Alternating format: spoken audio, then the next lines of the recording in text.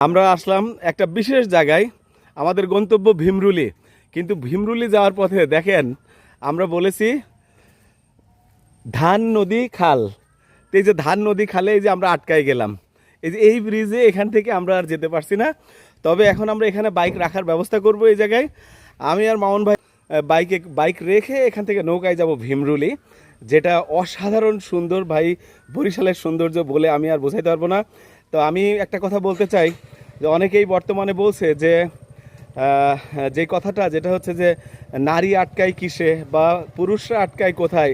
তবে পুরুষ নারী যেই হন, বরিশালে আসলে কোথায় যে আটকাবেন, কিভাবে আটকাবেন প্রকৃতির সাথে, আমি এটা নিশ্চিত বরিশালে আসলে তার প্রেমে পড়তেই হবে আপনাকে। বরিশাল